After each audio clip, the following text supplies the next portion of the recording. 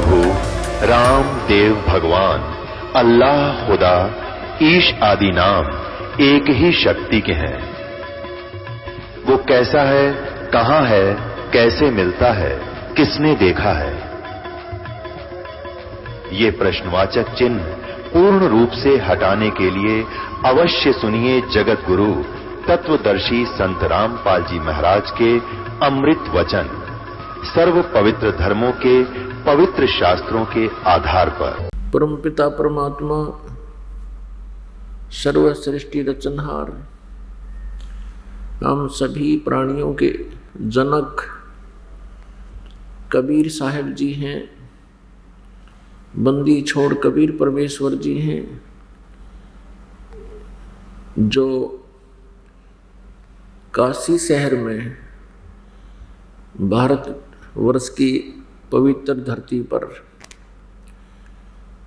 काशी शहर के अंदर लहर तारा नामक एक तालाब के अंदर विकसित कमल के फूल पर एक नवजात शिशु का रूप धारण करके प्रकट हुए थे। अपने सतलोक से चलकर आए थे। ये पूर्ण परमात्मा है, सर्व सृष्टि के रचनहार हैं। और उन नवजात शिशु रूप में प्रकट परमेश्वर को नीरू नीमा नाम के जुलाहा दंपति घर ले गए थे। वो निसंतान थे। एक लीला करते हुए परमात्मा वहाँ जुलाहे की भूमिका करने लगे, जिस कारण से वो कबीर धानक रूप से प्रसिद्ध हुए, कबीर दुल्हा रूप से प्रसिद्ध हुए। और साथ में प्रसिद्ध कवियों में से भी एक परमात्मा का नाम विशेष आदरणीय रहा। वास्तव में परमात्मा अपने ज्ञान को, अपनी जानकारी को, परमात्म तत्व को स्वयं ही बताने के लिए यहाँ आते हैं और उसी विधान अनुसार, अपने उसी लीला अनुसार वो परमात्मा प्रत्येक युग में आते हैं। और कलयुग में भी सन 1398 में यही लीला की परमात्मा ने।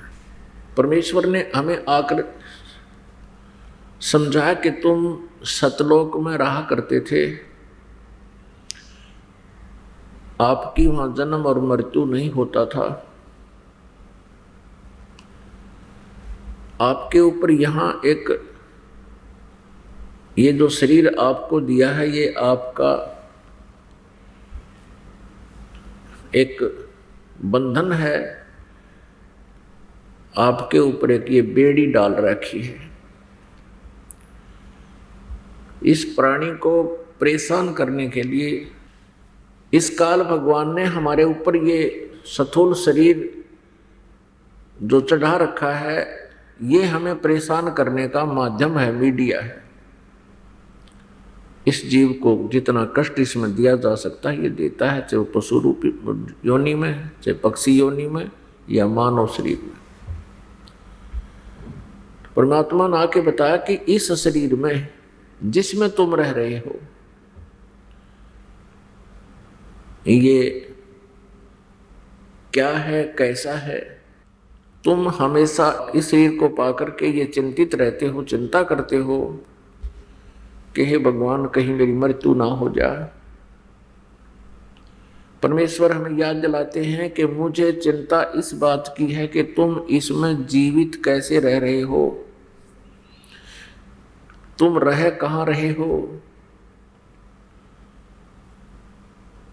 इस शरीर में हड्डियां, मांस, रक्त, थूक, पेशाब, विष्टा, हर तरह की लाड़ इसके अंदर भर रखी हैं और उसमें तुझे डाल रखा है। कभी आपने सड़क के ऊपर कुत्ता मरा हुआ देखा हो एक्सीडेंट के कारण? उसका अंदर से क्या मटेरियल बाहर निकल जाता है, उसको देख करके हमें मुंह मोड़ना पड़ता है, देखा नहीं जाता। और हम उसी में रह रहे हैं। हमारा शरीर ऐसा ही है जिसमें हम विद्यमान हैं। इसलिए परमात्मा हमें याद दिलाते हैं, इस माटी के महल में मगन भया क्यों मूडे, कर साहेब की बंदगी ही उस साईं को ढूंढ। उस परमात्मा को, उस साईं को, उस मालिक को, तत्ब्रह्म को, परम अक्षर ब्रह्म को खोजो। फिर बताते हैं कि ये जो आपको शरीर मिला है ये मिट्टी का है, 5 तत्वों से बना हुआ है। अंत समय में इसका अंतिम संस्कार जब कर दिया जाएगा ये मिट्टी में मिल जाएगा, नामो निशान नहीं रहेगा आपका। इस मिट्टी से आप बहुत कुछ प्राप्त भी कर सकते हैं। मनुष्य शरीर रूपी मिट्टी जो आपको प्राप्त हुई है, इससे आप बहुत लाभ उठा सकते हो। इस मिट्टी से सोना उपजा सकते हो, सत साधना करके, धर्म पुण्य करके आप इस मिट्टी का बहुत लाभ उठा सकते हो। आपको काल भगवान ने, ब्रह्म ने अत्यंत कष्ट दिया हुआ है, और उन कष्ट में, शरीरों में से हल्का कष्ट में ये मनुष्य शरीर आपको प्राप्त है। और इस मनुष्य शरीर में आप कितने दुखी हो, आप विचार ना करने से आप नहीं सोच पाते हो कि हम सचमुच इस मनुष्य शरीर में भी महाकष्ट उठा रहे हैं। हम स्वयं नहीं सोच पाते हैं। जब हम तत्व ज्ञान सुनते हैं, परमात्मा का संदेश हमें प्राप्त होता है, फिर हम विचार करते हैं, विमर्श करते हैं, फिर हमें लगता है कि सचमुच हम बहुत दुखी हैं। इस मानव शरीर को हम अच्छा शरीर मानते हैं। अन्य योनियों से, अन्य प्राणियों के शरीरों से मानव शरीर बहुत अच्छा है, लेकिन ये भी अच्छा नहीं है। इसमें कभी कोई बीमारी है, इसके अंदर भी कहीं कुछ हो रहा है, कभी कुछ हो रहा है। सबसे ज्यादा टेंशन इस मानव शरीर में प्राणी को प्राप्त होती है। सबसे ज्यादा विकार मानव शरीर में ही हमारे लगा दिए काल ने कि कहीं ये भक्ति ना कर लें। मानव शरीर परमात्मा ने इसलिए हमें दिलवाया इस काल से कि मानव शरीर में ये प्राणी मुझे पहचान लेगा। इस मानव शरीर में इस काल ने और अत्यधिक विकार जड़ दिए ताकि वो भक्ति ना कर सके। प्रथम तो इसने ऐसा जुगाड़ जोड़ दिया कि परमात्मा के बारे में यथार्थ ज्ञान ही इसे प्राप्त ना हो मानव को। आप देख रहे हो, न ब्रह्मा जी को ज्ञान, न विष्णु जी को ज्ञान, न दुर्गा जी को ज्ञान, न ऋषि महर्षियों को आध्यात्मिक ही वेदों का कोई ज्ञान नहीं, और न ही ब्रह्म को ज्ञान। केवल परम अक्षर ब्रह्म, वो तत्व ब्रह्म, वो पूर्ण परमात्मा आकर ही ज्ञान हमें देता है। इसने ऐसी व्यवस्था कर रखी है कि प्रथम तो इस प्राणी को ये ज्ञान ही ना हो। ये साधना करे तो मेरे सतर्की ही करे, मेरे जाल में फंसा रहे, इसकी सोच है ब्रह्म की। और जब परमात्मा आते हैं, पूर्ण ब्रह्म अपना ज्ञान देते हैं, यथार्थ ज्ञान देते हैं, हमें प्रेरणा होती है, हमारी उत्सुकता बढ़ती है, हम खिंच जाते हैं भगवान की तरफ उसके गुणों से परिचित होकर के। फिर हम चाहते हैं कि भक्ति करें, हम चाहते हैं कि डट के भक्ति करें, दिन रात साधना करें, क्योंकि हम परिचित हो जाते हैं इस अध्यात्म ज्ञान से और सभी कर्मों से और उस तत्व ब्रह्म से, परम अक्षर ब्रह्म से। कब परिचित होते हैं? जब तत्वदर्शी संत हमें मिल जाता है। सतगुरु मिले तो इच्छा मिटे, पद मिल पदे समाना, और चल हंसा उस लोक पठाऊं जो आज अमर अस्थाना। जब हमें ये ज्ञान होता है कि एक ऐसा स्थान है जहाँ जाने के बाद ना जन्म मृत्यु नहीं होती, जरा मरण नहीं है, बुढ़ापा भी नहीं है वहां पर, हमारा शरीर भी इतना अच्छा है कि उसमें कोई बीपी हाई लो नहीं होता, कोई कष्ट कोड नहीं है, कोई रोग नहीं है। वो अनामय स्थान है, अनामय, जहां रोग नहीं किसी प्रकार का, जन्म मृत्यु का रोग भी नहीं है।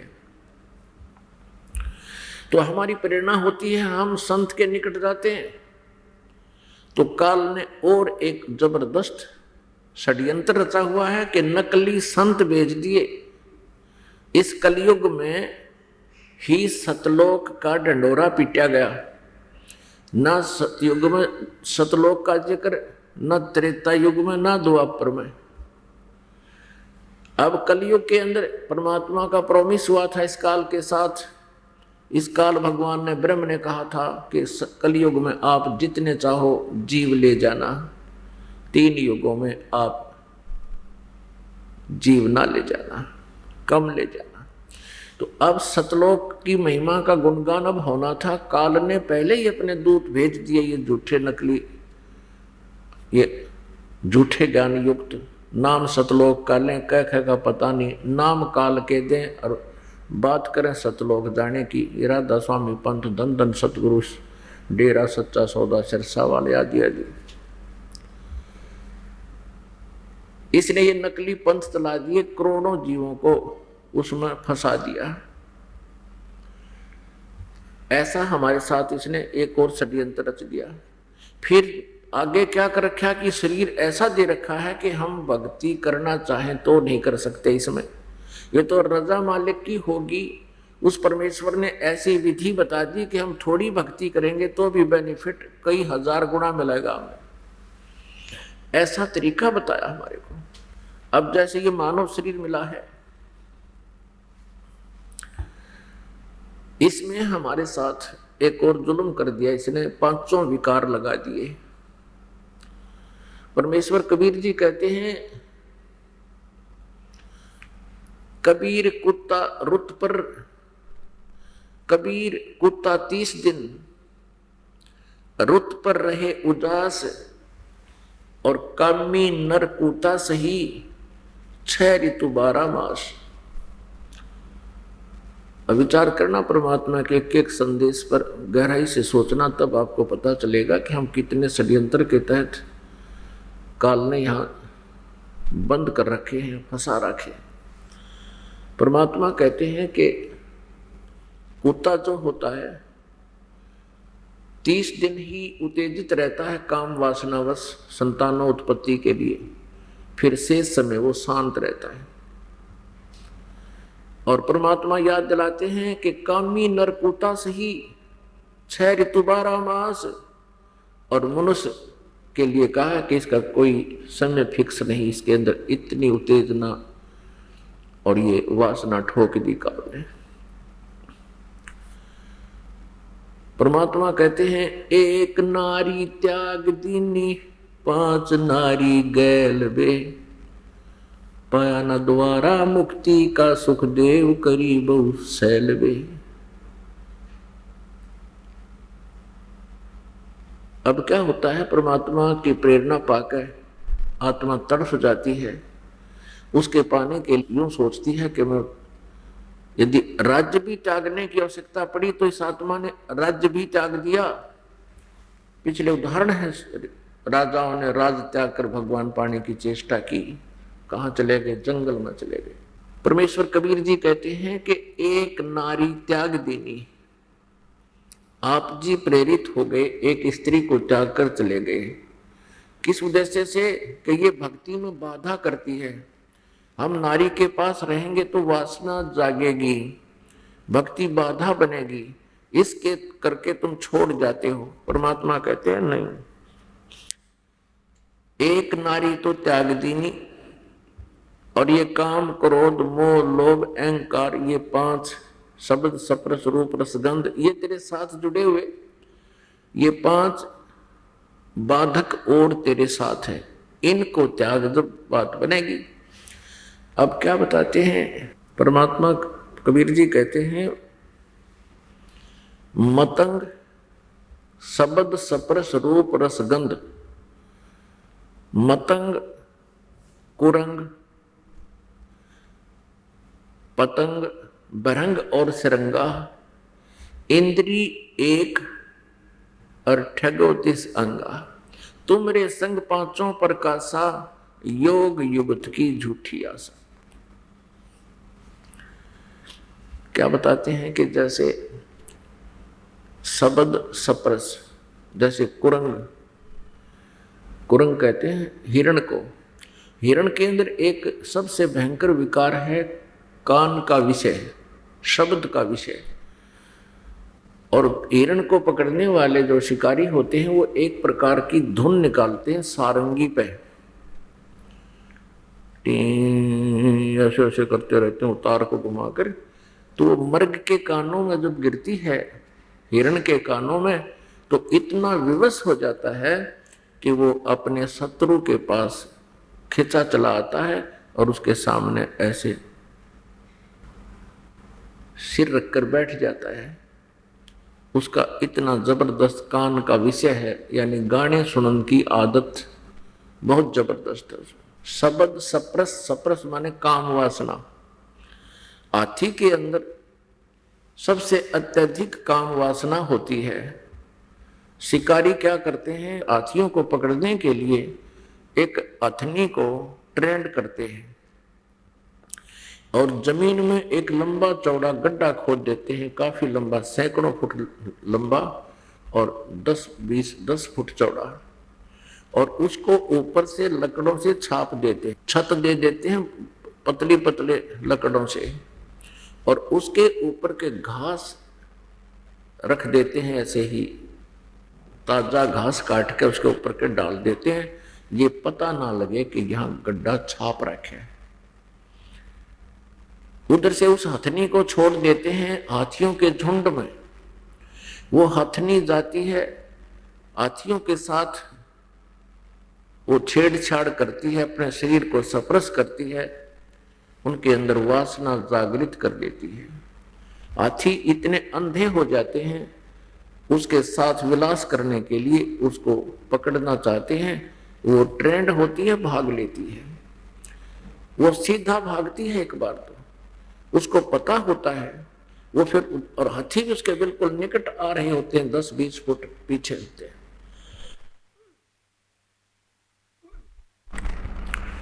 हथनी फिर साइड में भागती है, उसको उसके साइड से निकलकर फिर सीधा उधर ही आ जाती है।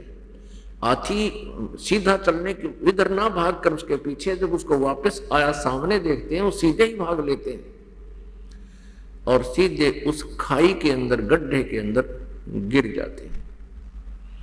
वो देख नहीं पाते, क्योंकि वैसे हाथी बड़े सूंघ सूंघ कर कदम रखते हैं, चलते हैं जब, लेकिन उस वासनावश इतने अंधे हो जाते हैं, वो ये भी नहीं देखते कि आगे हमें खतरा भी है कि नहीं, और गड्ढे में गिर जाते हैं। उनको फिर भूखा रखा जाता है 1-2 दिन। हाथी एक दो दिन भूखा रहने से ही निढाल हो जाता है, फिर उसके अंकुश मार मार के उसको सीधा किया जाता है, फिर दूसरी साइड से गड्ढे को स्लोप बना करके उन सब हाथियों को पकड़ के बाहर आ जाते हैं। एक वासना के कारण अंधे होकर गड्ढे में फंस गए, अब वो सारा जीवन उनके अंकुश लगा रहेगा, खाना भी समय पर नहीं होगा, उनकी दुर्गति हो रही होगी। गांव गांव में, नगर नगर में उनसे आटा नमक मांगा जाएगा उन हाथी को पकड़ने वालों द्वारा। शब्द सप्रस रूप, रूप जैसे पतंग आपने देखे होंगे, पतंगे जीव होते हैं, ये तीतली सी, ये क्या करते हैं, दीपक को जगता हुआ देखकर एकदम उसको उसके ऊपर आकर चिपक जाते हैं। उनके बस की बात नहीं, उस रूप पर इतने आसक्त हैं और अपना जीवन नाश कर लेते हैं, वो दूर नहीं हो सकते हैं। रस, जैसे मछली के अंदर ये जीभ का स्वाद अत्यधिक होता है। मछली पकड़ने वाला क्या करता है, एक कांटे में लोहे का कांटा बना लेता, हुक सा, और उसमें थोड़ा सा मांस का टुकड़ा लगा देता है या कोई रोटी का टुकड़ा डाल देता है। मछली खाने के लिए उसमें आकर एकदम ऐसे अपना मुंह मारती है और वो कांटा उसके मुंह में फंस जाता है, गड़ जाता है, और थोड़ी सी हलचल देखकर कांटा पकड़ने, वो मछली पकड़ने वाला उसको पकड़कर बाहर फेंक देता है, 2 सेकंड में वो तरफ कर मर जाती है। यानी जीभ के स्वाद से उसने अपना जीवन नष्ट कर लिया। अब गंध, सुगंध, महक की जो आदत है, विकार है, ये भौरे के अंदर होता है। भौरा फूलों पर जाकर बैठ जाता है और इतना मदहोश हो जाता है कि वहां से उठता नहीं, चिपका ही रहता है। और शाम के समय कुछ ऐसे फूल होते हैं जो बिल्कुल बंद हो जाते, सुबह तक उसकी मृत्यु हो जाती। अब परमात्मा कहते हैं कुरंग मतंग पतंग सरंग और भरंगा, इंद्री एक पर ठगो 30 अंगा, तुम रे संग 5 प्रकाशा, ये योग युगत की झूठी आशा। पुण्यात्माओं, परमात्मा ये याद दिलाना चाहते हैं कबीर जी कि मानव शरीर में तुम्हारे साथ ये 5 शत्रु लगा दिए काल ने। ये 5 शत्रु तुम्हारे साथ फिट कर दिए। तुम बात बनाते हो हम साधना करेंगे, समाधिस्थ हो जाएंगे। ये ऋषि लोग जो समाधि लगाया करते थे, हजारों वर्ष बैठ जाते थे, ये अपना जीवन नष्ट कर गए। पुण्यात्मा, मन प्रत्येक प्राणी में है, पशु पक्षी में है, मनुष्य में भी है, ऋषि में भी है, और हम जैसे नागरिकों में भी वही मन सेम टू सेम है। उसका एक जैसा स्वभाव है। आप जी साधना करने बैठते हो सतनाम की, मन पल पल में भागता है, इसको फिर रोका जाता है, फिर भागता है, 10 मिनट में फिर भाग लेता है, फिर रोका जाता है। इसका आदत खराब है, ये टिक नहीं सकता। या कोई ऐसी बात याद जो आएगा, चल वहां चलते हैं, वहां ले जाएगा। अब ये ऋषि लोग कैसे बैठ गए इतने समय तक? मन तो वही है। अब जैसे आप फिल्म देखने जाते थे पहले, अब तो नहीं देखोगे, तो 3 घंटे की फिल्म होती थी और 3 घंटे में पता नहीं लगा था, जानो 2 मिनट होगी 3, और वो 3 घंटे बैठ कर देखो आप कहीं एक स्थान पर। बस की इंतजार 10 मिनट करनी हो जाना तो मुश्किल हो जाया करती, यूँ देखा करते आई नहीं। ऐसे कई बार उठकर देखते हैं। ट्रेन की इंतजार करनी हो 10-20 मिनट, जो देखते हैं अभी तक आई नहीं, 6 बार देखेंगे 10 मिनट में, उठ कर आएंगे। तो वहां कैसे बैठ गए वो ऋषि जन? ये समाधि जो लगाई जाती है, ये इनके साथ सबसे बड़ा धोखा है काल का। जैसे आंखें बंद की, इस शरीर को पिंड बोलते हैं, ब्रह्मांड को अंड कहते हैं। ब्रह्मांड में जो भी गतिविधि जहां विशेष स्थान पर हो रही है, उसको हम अपने इस शरीर रूपी टेलीविजन में देख सकते हैं। इसके चैनल हैं, मूल कमल, स्वाद चक्र, स्वाद कमल कह लो इसको, और नाभि कमल, हृदय कमल, कंठ कमल, त्रिकुटी कमल, सहस्रार कमल। अब ये जो समाधिस्थ होने परमात्मा की चाह किसको होती है? जो पिछले जन्मों से ही परमात्मा की साधना करता रहा है, और उसकी वो रुक नहीं सकता भगवान की भक्ति बिना। कोई ना कोई सहारा उसने मालिक का ले रखा है, चाहे वो झूठा है, चाहे ठीक है या गलत, उसको नहीं मालूम। फिर आत्मा की संतुष्टि तभी होती है जब वो कोई साधना करती है, कोई व्रत रख कर संतुष्ट है, कोई मंगलवार में प्रसाद बांट देता है उसी से संतुष्ट है, और कोई देवताओं की पूजा में करके ही कहता है मैंने कुछ कर लिया। तो इस आत्मा का परमात्मा की भक्ति बिना ये टिक नहीं सकती। तो इसलिए ये अपना कहीं ना कहीं जुगाड़ जोड़े रहती है। तो जब ये समाधिस्थ होने की चेष्टा करता है श्रद्धालु, काफ़ी वर्षों तक आंखें बंद करके अंदर ये आत्मा टक्कर मारती रहती है, और किसी कारण से इसके पिछले पुण्य कर्मों के कारण कोई चैनल ऑन हो रहा है इसका पहले से। अब तो 2.5 सुबह 2.5 शाम में बैठनी है। ये राधा स्वामी पंथ धन धन सतगुरु वाले इन्हें कख भी ना बेरा के दिखा अंदर, ये तो तुक्के वहीं बकवाद कर रहे हैं बेमतलब की, इनको कुछ भी दिखाई नहीं देता। उन ऋषियों को दिखाई देता था, क्या दिखाई देता था? जैसे कोई चैनल ऑन हो गया, कोई कमल खुल रहा हो पिछले पुण्यों से, हठ योग से वहां पहुंच गए वो, तो उसको अंदर जो भी क्रियाएं हो रही है, जैसे आप कोई चैनल ऑन किया, टीवी चैनल, उसमें जो भी उस स्थान पर कोई क्रिया हो रही है वो टेलीविजन में दिखाई दे रही है। कोई नाच रहा है, कोई गा रहा है, कोई खबर आ रही है, या कोई और दिखा रहे हैं, कुछ तमाशा नाटक आ रहा है। ऐसे इस टेलीविजन अर्थात चैनल के अंदर ऊपर जहां उसका कनेक्शन है उस चैनल का, उस लोक में जैसे विष्णु जी के लोक का चैनल ऑन हो गया मान लीजिए, अर्थात आपका नाभि कमल खुल गया, ऑन हो गया, चालू हो गया, और आपकी आत्मा वहां पहुंच गई हठ योग से। क्या देखेगा वो? क्योंकि विष्णु जी का लोक बहुत बड़ा है, पृथ्वी से भी कई गुना बड़ा है, और उसके अंदर जगह जगह पर अलग अलग स्थानों पर बहुत अच्छे बाग बगीचे, झरने लगे हुए हैं, डांस होते हैं अप्सराओं के, अप्सराएं घूम रही हैं, देवता घूम रहे हैं, यानी वहाँ हर तरह की जिसको हम आनंद मानते हैं, इस झूठे सुख को जिसको हम सुख मानते हैं, वो स्वर्ग में पूरा उपलब्ध है। जैसे होटल में सब व्यवस्थाएं होती है, लेकिन स्वर्ग रूपी होटल में अत्यधिक और भी ज़्यादा ऐसी सुविधाएं हैं, और वहाँ नाच गाने, झरने बह रहे हैं, कहीं कुछ हो रहा है, कहीं बगीचे हैं बड़े बड़े फलदार। तो वो आत्मा इस शरीर के अंदर उस चैनल पर अपना ध्यान एकत्रित कर देती है, केंद्रित कर देती है। समझो वो फिल्म देख रहा है। अब उस फिल्म के देखने से उसे उसका जीवन नष्ट हो रहा है, लेकिन परमात्मा के लिए वो बैठा है, उसके पाने के लिए बैठा है।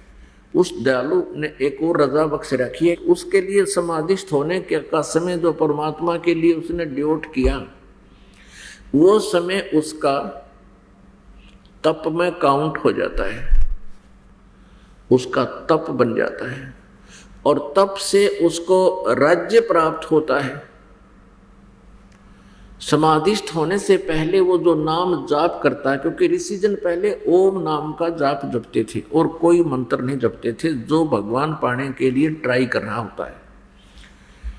ओम नाम का जाप प्लस में हठ योग, हठ योग करने का किसी भी शास्त्र में प्रमाण नहीं है, ये शास्त्र विरुद्ध साधना है। ओम नाम का जाप का प्रावधान है वेदों में, लेकिन ये ब्रह्म तक का है, जन्म मृत्यु इससे नष्ट नहीं होती, पापनाश इस केवल ओम मंत्र से नहीं होते। तो ये साधना उपलब्ध होती रही। एक समय मार्कंडेय ऋषि तप कर रहा था। अब इंद्र की पदवी यानी स्वर्ग का राज्य, स्वर्ग के राजा को इंद्र कहते हैं। इंद्र वैसे प्रभु का नाम है, परमेश्वर का उपमा है कि सर्व सुखदाई परमात्मा, तो उसी के नाम से इन्होंने इंद्र का नाम रखा हुआ है। इंद्र स्वर्ग का राजा होता है, 72 चतुर्युग उसका शासन रहता है। 72 चतुर्युग, एक चतुर्युग में सतयुग, त्रेता, द्वापर और कलयुग 4 युग होते हैं। चारों युगों का कुल मिलाकर 43,20,000 वर्ष होते हैं। ऐसे ऐसे 72 बार ये चतुर्युग पूरे हो जाएंगे, तब तक वो इंद्र स्वर्ग के सिंहासन पर विराजमान रहेगा। उसके बाद इंद्र की मृत्यु हो जाती है। फिर दूसरा जो पुण्यकर्मी प्राणी जिसने ऐसी साधना की है, इंद्र की पदवी प्राप्त करने के योग्य जो उसने साधना कर रखी है, वो पंक्ति में होता है, वेटिंग लिस्ट में, उसको फिर इंद्र बना दिया जाता है, और जिसका शासन काल पूरा हो गया वो गधे की योनि में सीधा जाता है। ऐसा विधान है इसका। तप से राज्य मदमानम और जन्म तीसरे शुक्र समानम। तप से राजा बनता है, राजा अहंकार करके इतने जुल्म कर देता है, इतने पाप इकट्ठे कर लेता है तो सीधा फिर पशु योनि में जाता है। अब इंद्र जो वर्तमान में इंद्र शासन कर रहा है, राजगद्दी पर विराजमान है, उसको एक विशेष इंस्ट्रक्शन भी होती है, एक हिदायत होती है कि तेरे शासन काल में यदि किसी ने इंद्र की पदवी पाने योग्य कोई तप या धर्म कर लिया, कोई पुण्य कर दिया, जैसे 100 मन देसी घी, गाय का या भैंस का घी 100 मन एक बार यज्ञ में लगाना होता है, और उस जैसे भंडारा भी करना है, हवन भी करना उसी में से, जिसमें 100 मन देसी घी यानी गाय भैंस का घी प्रयोग होगा तो उसमें अन्य सामग्री कितनी लगेगी, आटा, दाल, नमक, चावल, वो कितनी लगेंगी ये हिसाब लगाना। और उसके कुछ टर्म एंड कंडीशंस होती हैं, एक यज्ञ के संपूर्ण होने की कुछ टर्म कंडीशन होती हैं, और उन कंडीशनों में से एक भी कंडीशन भंग होगी, एक भी नियम भंग हो गया तो वो यज्ञ पूर्ण नहीं मानी जाती, चाहे उसने 100 मन देसी घी प्रयोग भी कर दिया हो। सभी टर्म एंड कंडीशंस को पूरा करता हुआ और 100 यज्ञ 100 मन देसी घी को की पूरी कर दे, उसको इंद्र की पदवी मिलती है। और दूसरी तरफ कोई तप करता है और तप के दौरान उसका तप खंड नहीं होता है, विषय वासना उसमें उत्पन्न नहीं होती है, तो वो भी इंद्र की पदवी पाने योग्य हो जाता है। तप से राज्य मिलता है, चाहे स्वर्ग का राज्य हो चाहे पृथ्वी का राज्य हो। इन दो ही कारणों से मिलता है, पुण्य से और तप से। इंद्र को ये चिंता लगी रहती है कि तेरे शासन काल में कोई तेरी पदवी को पाने के योग्य कोई तप ना कर ले, धर्म ना कर ले। यदि उसके शासन काल में किसी ने ऐसा इस उद्देश्य से कर लिया और वो सफल हो गया, इंद्र को पता नहीं लगा, तो वर्तमान इंद्र को बीच में ही उसका शासन छोड़ना पड़ेगा और उसको गद्दी पर विराजमान कर दिया जाएगा।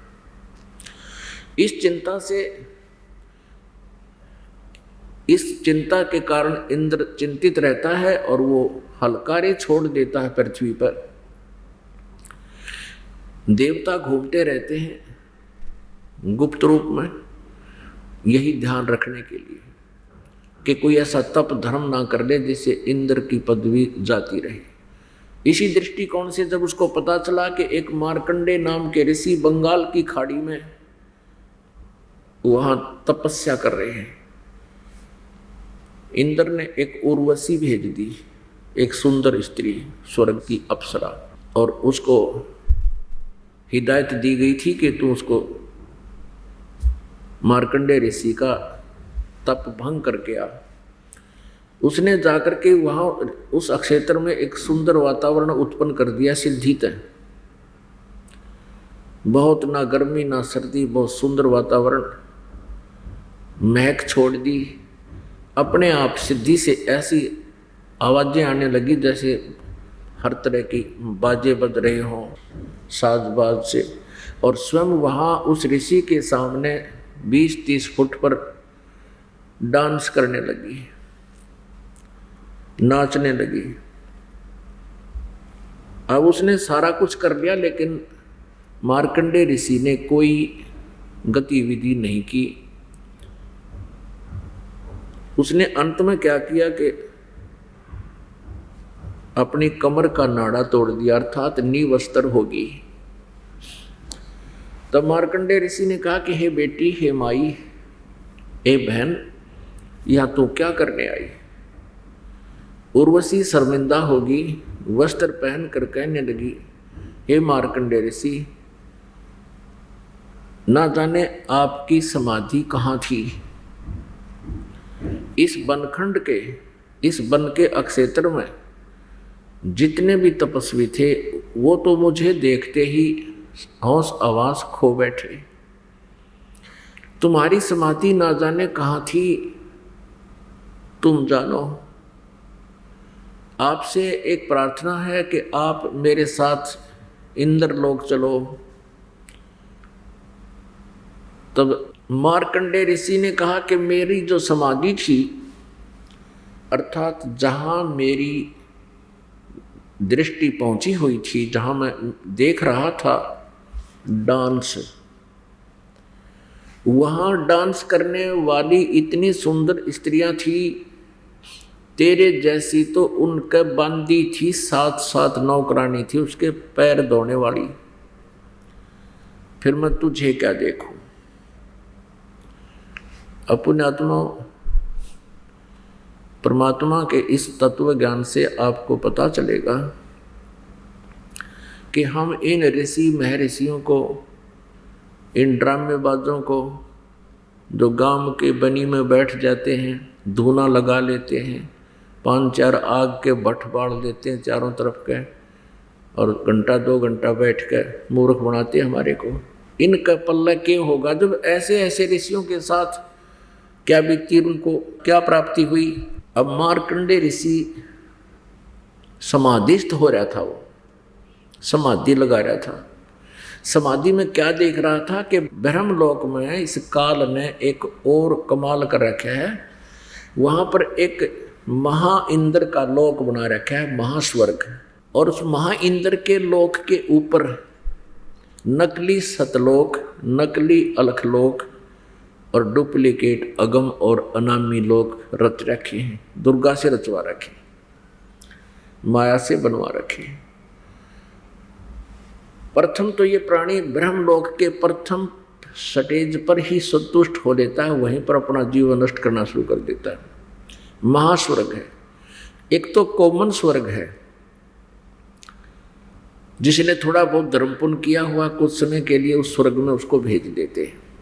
और एक प्रत्येक प्रभु यानी श्री विष्णु जी, श्री शिव जी, श्री ब्रह्मा जी और दुर्गा जी के लोक में भी स्वर्ग हैं, रेस्टोरेंट हैं। यानी स्वर्ग माने सुख में स्थल, जैसा यहाँ का सुख है वो वहाँ उपलब्ध है। तो ब्रह्मलोक के अंदर बहुत ही और अत्यधिक सुपीरियर क्वालिटी का ये नकली सांग है। तो मार्कंडेय ऋषि आम आदमी तो सोचा है बड़ा जबरदस्त साधक भाई, और कितने वर्ष हो गए इसने कभी आंख नहीं खोली, तो ये मन टेकन नहीं देता। इसने यहाँ से अच्छा ऊपर आनंद में कोई वस्तु नजर आएगी तो ये क्या रहेगा, इसने तो बकवाद करने का मतलब है। तो मार्कंडेय ऋषि कह रहे हैं कि मैं जहाँ मेरी समाधि थी, वहाँ जो मैं डांस देख रहा था, वहाँ नाचने वाली इतनी सुंदर थी कि तेरे जैसी तो उनका नौकरानी थी, फिर तुझे क्या देखूं मैं। पुण्यात्माओं, परमेश्वर कबीर देव जी कहते हैं, डंब करें डूंगर चढ़े अंतर झीनी झूले, जग जाने बंदगी करें ये बोए सोल बबूल।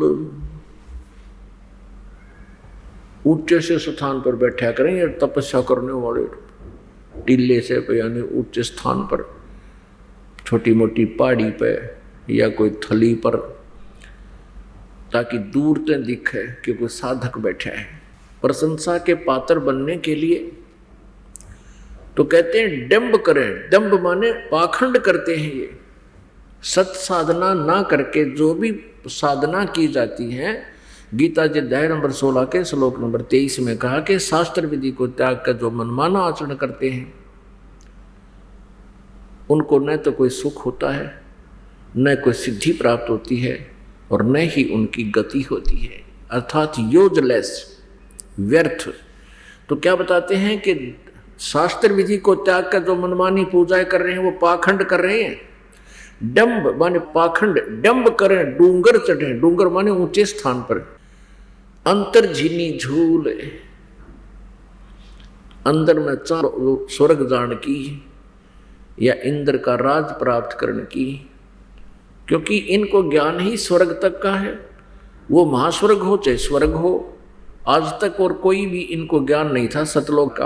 अब ये सतलोक का ढंडोरा काल ने पिटवा रखा था। राधा स्वामी पंथ और धन धन सतगुरु पंथ वाले थे, सच्चा सौदा वाले थे। इन कह का नहीं पता सतलोक का।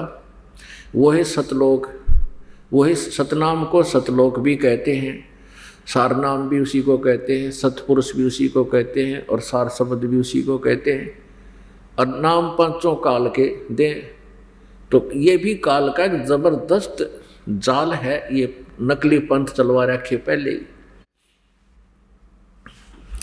तो क्या बताते हैं, ये अभी तक स्वर्ग तक ही सीमित थे और जो वर्तमान में सतलोक की महिमा गाते ये तो स्वर्ग के भी आसपास ना जा सकते, ये तो सीधे नरक में जाएंगे। क्योंकि न तो ये कोई धर्म करते, पहले प्रत्येक हिंदू के घर में जोत जगा करती, देसी घी का हवन, ज्योति कहो चाहे हवन कहो, अवश्य लगाया करते थे। उससे हवन यज्ञ का लाभ उन्हें मिलता था, जितना भी जैसा वो करते थे। और धर्म करते थे, भंडारे करते थे, अतिथियों का बहुत आदर सत्कार करते थे, धार्मिक अनुष्ठान किया कराया करते थे, चाहे सामूहिक करते थे, गांव में मिलकर करते थे कभी कभी। अब लास्ट में तो वो भी खत्म होता जा रहा था। इन राधा स्वामी वालों के ये गुरुओं ने, काल के दूतों ने एक ऐसा सिद्धांत बना दिया कि कति भक्तिहीन हो जाए। नाम पांचों काल के साधना इनके पास नहीं, हठ योग करने का प्रावधान बता दिया, 2.5 घंटे सुबह 2.5 घंटे शाम। ये हजार वर्ष बैठ कर चले गए, उनको कुछ पल्ला नहीं पड़ा।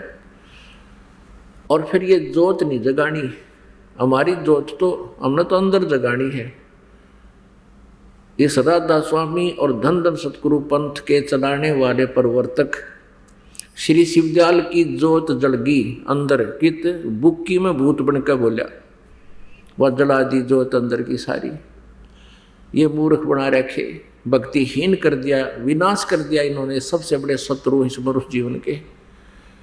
पुण्यात्माओं, 10-20 लाख रुपए आपके कोई ठग ले, कोई बात ना, आपकी जान तो ना गई और 2 रोटी खा के गुजारा कर लेंगे। और जिसने इस मनुष्य जीवन को बर्बाद करा दिया, जिसकी कीमत नहीं, एक श्वास की कीमत परमात्मा बताते हैं।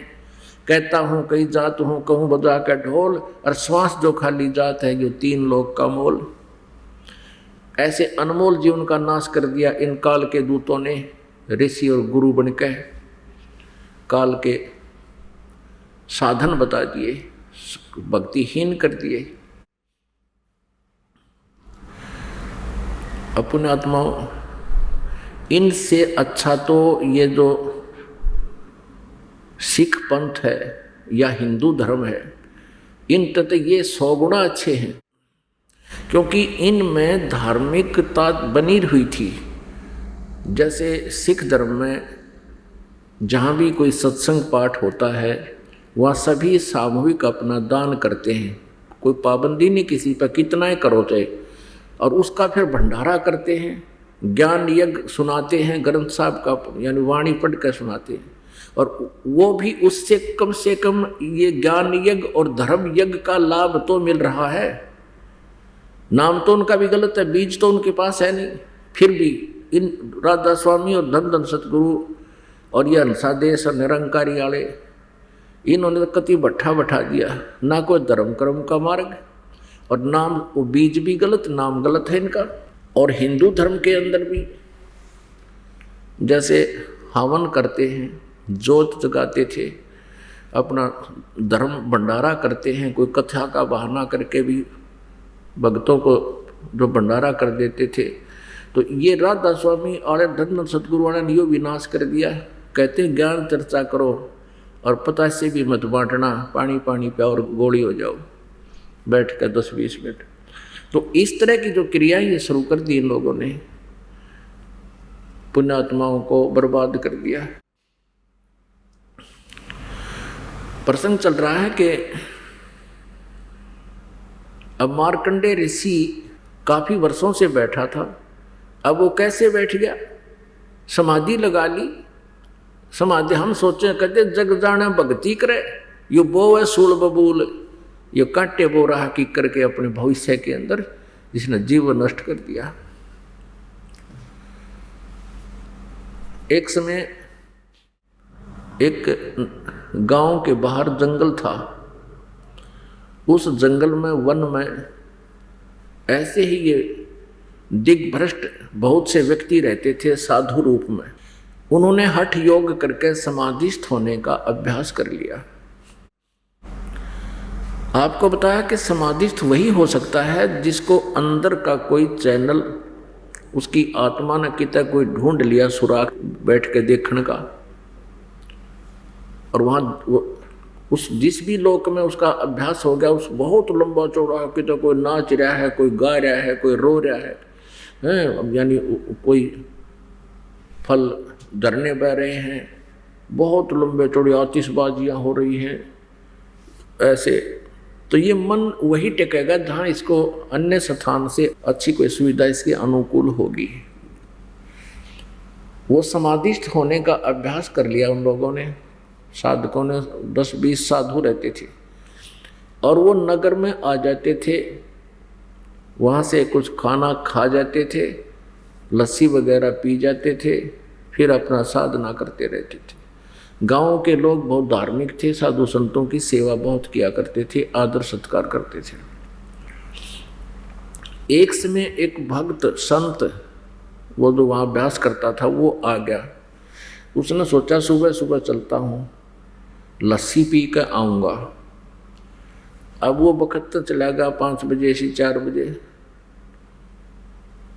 और एक दरवाज़ा खटखटाया। एक वृद्धा यानी 60-65 साल की स्त्री सामने खड़ी थी। आओ महाराज, आओ महाराज। कैसे आना हुआ? कि माई मैं लस्सी पीऊँगा, छा पीऊँगा, छाछ को छा बोलते हैं।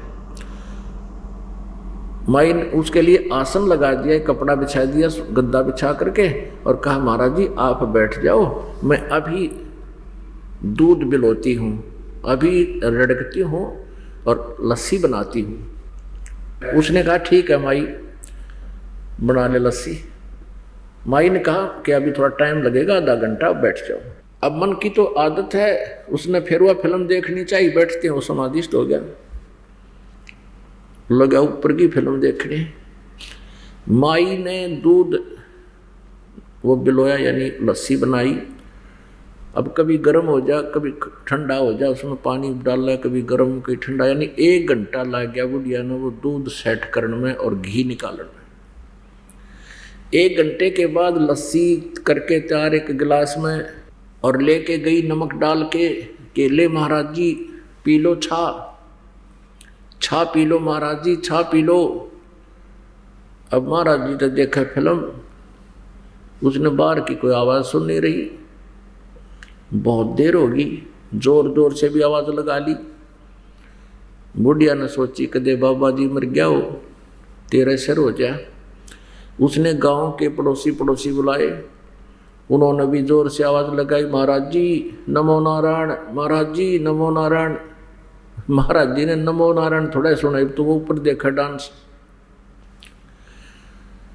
गांव के लोगों ने पता चला कि भाई पता नहीं क्या हो गया। तो साधु जो रहते थे 1-2 किलोमीटर दूर जहाँ उनका डेरा था, वहाँ गए कुछ व्यक्ति और कहा महाराज जी पता नहीं एक महात्मा के क्या हो गया, लस्सी पीने गया था और आसन पर बैठा बैठा वो तो शांत हो गया, बोलता ही नहीं।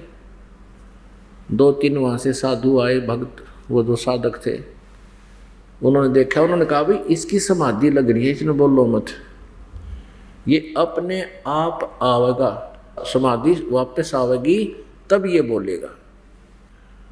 ठंडा क्षेत्र था, अभ्यास इनका हो जा, गधे की तरह नंगे रहने का कोई दुख परेशानी होती नहीं, अभ्यास कर लेते हैं। तो उनका क्या हुआ कि वो बुढ़िया का जीवन पूरा हो गया 5-4 वर्ष के बाद। उसके बाद फिर क्या हुआ कि उसका एक कच्चा सा झोपड़ा था, उसमें वो बैठा था। लोगों ने वहाँ से साइड से उसकी छोटी छोटी दीवार करा दी, भाई कोई इसको डिस्टर्ब ना कर दे, कोई पशु पक्षी ना खत्म कर दे। कहते हैं 5-7 वर्ष के बाद क्या हुआ कि भूकंप सा आया, तूफान आया, वो झोंपड़ी का लठ उसका शर्मा आगे लग गया, वो पड़ गई और जब नौकर कहने कहा माई ल्या माई छा, अब छा उसकी उड़ा बुआ बैठी थी छा लेने वाली। अब परमात्मा कहते हैं भक्ति करें और इच्छा मिटी ना चा, और उठ अनाड़ी फिर भी नो कह ल्या माई छा, यानी जो ऊपर तू के टिंडे लेने गया था तेने छाएगी आछा रहेगी तो अभी तक। तो कहने का भाव ये है पुण्यात्मा, सत साधना ना मिलने से योगों से आत्मा इस प्रकार के डले इकट्ठे कर रही है, डले ढो रही है हीरे मोती लालों के स्थान पर, यानी सत साधना तत्व ज्ञान के अभाव से सत साधना रूपी लाल हीरे मोती ना मिलने के कारण ये कौड़ी और कंकर जो शास्त्र साधना रूपी डले इकट्ठे कर रहे हैं। अब कबीर परमेश्वर जी कहते हैं चारों युग में संत पुकारे कूक कहा हम हेल रे, हीरे माणक मोती बरसे ये जग चुगता ढेल रे।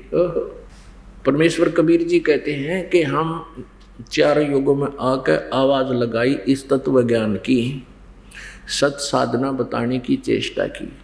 मुझसे परिचित मेरी प्यारी आत्माओं ने भी प्रत्येक युग में संतों ने, मेरे भक्तों ने यही ज्ञान प्रचार किया।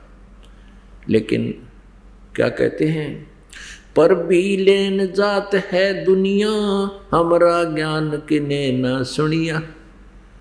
पर भी लेन जाते हैं कि कहते हैं कुंभ का मेला लगेगा और उसमें इस समय पर भी लगेगी, पर भी कुछ समय होता है कि उस समय में सरोवर में या दरिया में मनमाना साधना करने वालों ने जो बना रखा अपना विधान, शास्त्र विरुद्ध साधकों ने कि इतने वर्ष के बाद हर की पैड़ी पर भी लगेगी, इतने वर्ष के बाद कि कुरुक्षेत्र में पर भी लगेगी। पर भी का अर्थ है कि कुछ समय होता है 2 घंटे का, उसके दौरान जो सरोवर में नाले दरिया में नाले कहते हैं उनका पाप कट जाता है, मोक्ष प्राप्ति होती है, बहुत लाभ होता है।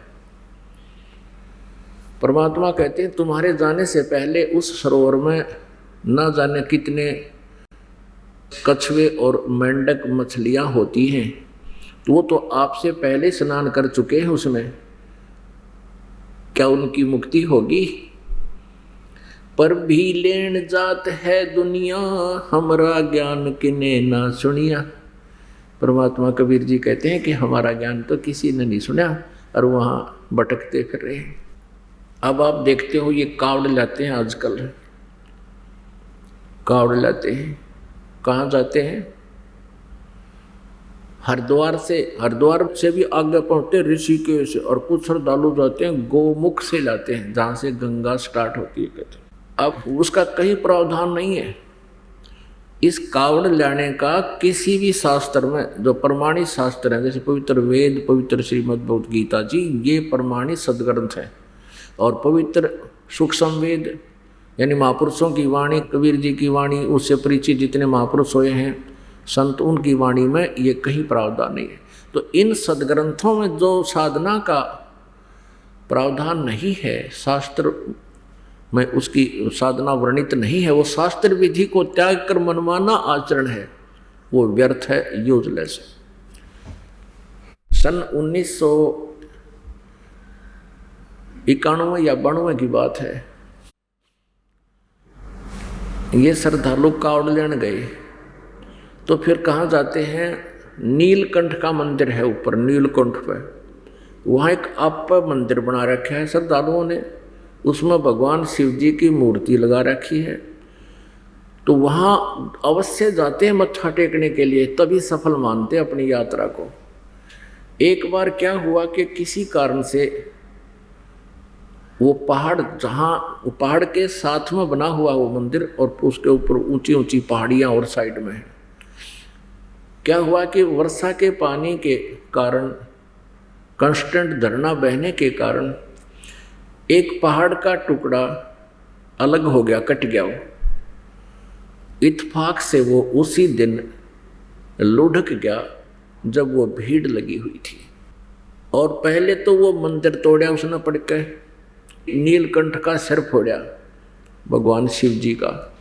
और फिर वहाँ जितने भी श्रद्धालु थे उस नीलकंठ के परिसर में वो मर्गे कति कुचल दिए। फिर वो लुढ़क कर चल पड़ा, ऐसे चक्कर काटता हुआ। वहां ऐसी स्लोप है चढ़ने की, न्यू ऐसे चढ़ते श्रद्धालु ऐसे, वो उसी स्लोप से वापस लुढ़कता हुआ नीचे की ओर चल पड़ा। वो पूरा को 1000 टन का पत्थर पहाड़ है और श्रद्धालु ऊपर जा रहे थे।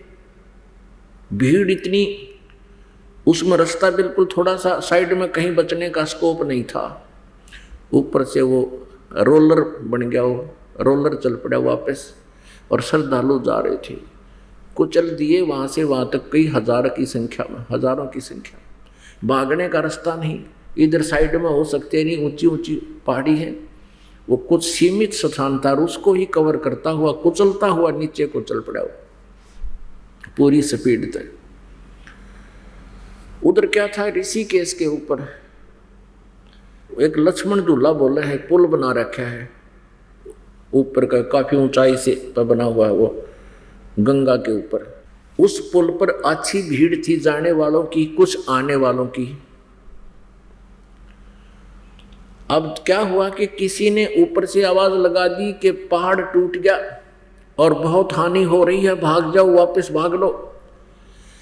अब वो वापस भाग लिए उस पुल से पार होने के लिए। तो पुल वाले जब वापस भागे, उन्होंने पूछा, अरे क्या हो गया? पिछले वाले कह रहे हैं पहाड़ टूट गया, बीच वाले कह रहे हैं पुल टूट गया, पुल टूट गया।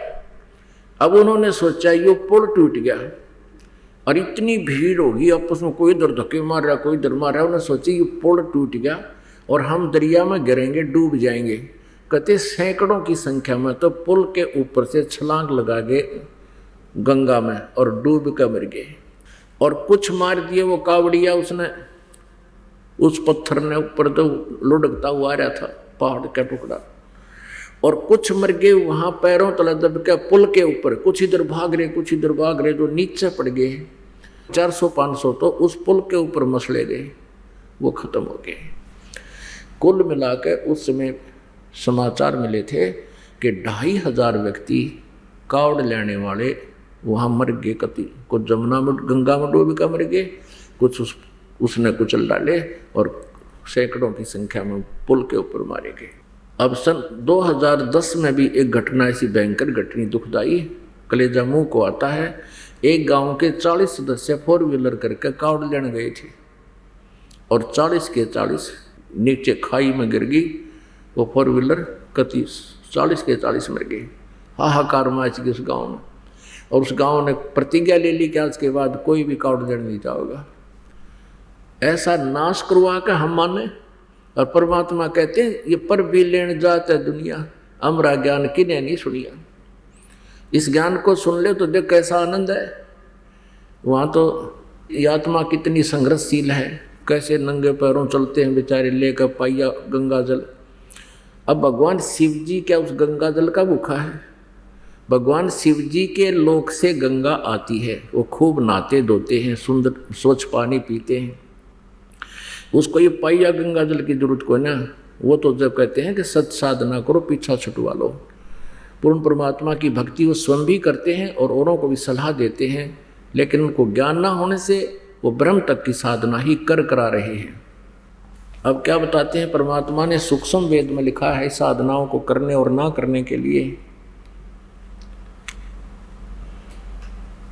श्रीमद् भगवत गीता अध्याय नंबर 4 के श्लोक नंबर 25 से लेकर 31 तक वर्णन आया है कि कोई साधना करता है, देवताओं की यज्ञ करता है, पूजा करता है, अनुष्ठान करता है, और कोई केवल आसन करता है, कोई प्राण अपान यानी प्राणायाम ही करता रहता है।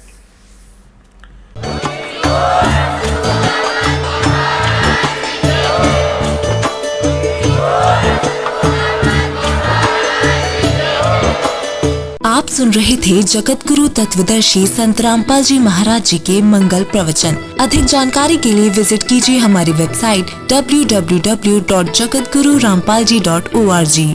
संत रामपाल जी महाराज जी के शुभ आशीर्वाद से पूरे विश्व भर में 500 से भी ज्यादा नाम दीक्षा केंद्र हैं, जिन पर संत रामपाल जी महाराज जी द्वारा ऑनलाइन निशुल्क नाम दीक्षा दी जा रही है। अपने नजदीकी नाम दीक्षा केंद्र का पता करने के लिए संपर्क करें 8222880541।